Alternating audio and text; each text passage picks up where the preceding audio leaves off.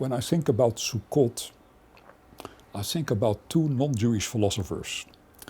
And Sukkot somehow is related to their philosophers, or their philosophies better. One is the famous German philosopher Arthur Schopenhauer. He lived in the 19th century in Germany. And he is known as the ultimate pessimist.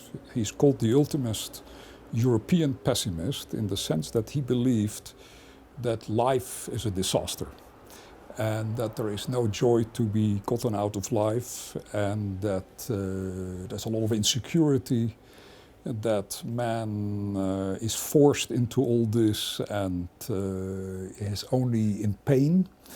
He himself lived that kind of a lifestyle. On the other side, you have a Greek philosopher by the name of Epicurus.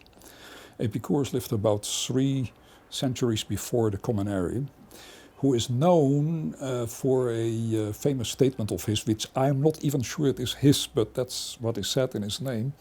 In Latin it says Carpe Diem, which means pluck the day, meaning to say enjoy today, tomorrow you're not there anymore, make the best out of it, enjoy it, have fun, whatever it is. Now really Epicurus was a much more sophisticated philosopher than that, but he's known for that fact. He was the great optimist, if you want to say. Schopenhauer was the great pessimist. So why do I bring these two philosophers? Because Sukkot has a lot to do with them. Sukkot is a kind of a festival which is full of paradoxes.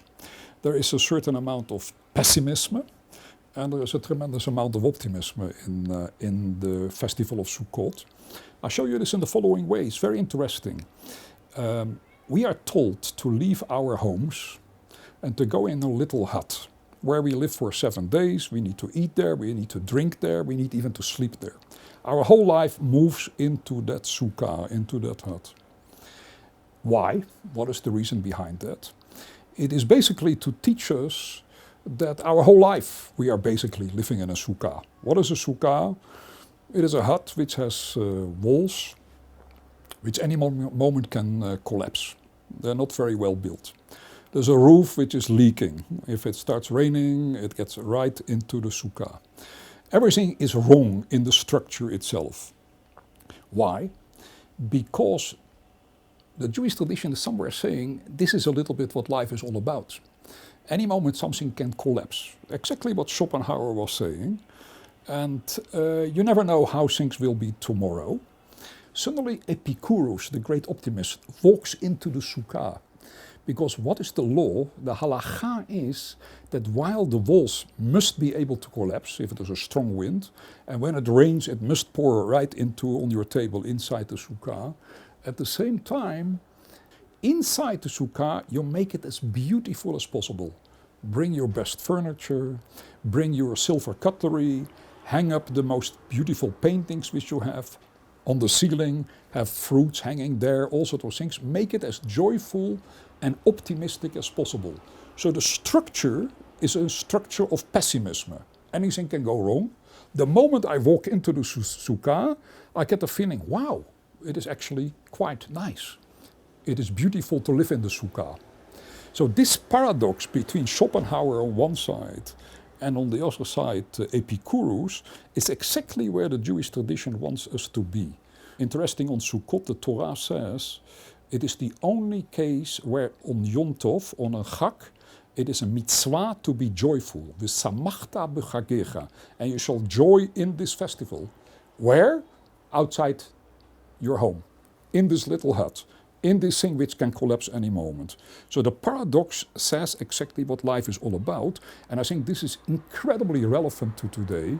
Because this is our lives. Our life is... It is difficult, it is hard, it is not very secure. But the Jewish tradition comes in and says, but wait a moment, you are living in the presence of God. Life has meaning, it has got purpose, and you are part of it and you play a role in that. That's extremely joyful.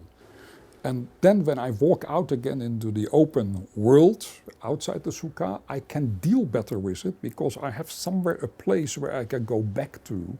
And in that place itself, I have all that joy and warmth which I need together with my family. We know quite well in psychology is if there is a proper framework at home, you can stand up against a lot of pressure from outside.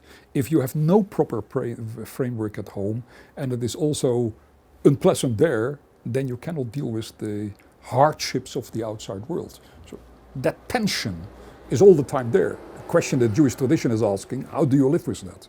And one of the ways of doing that is symbolically by putting us in the sukkah and telling us at the same time, paradoxically, go and make the most beautiful sukkah you can have.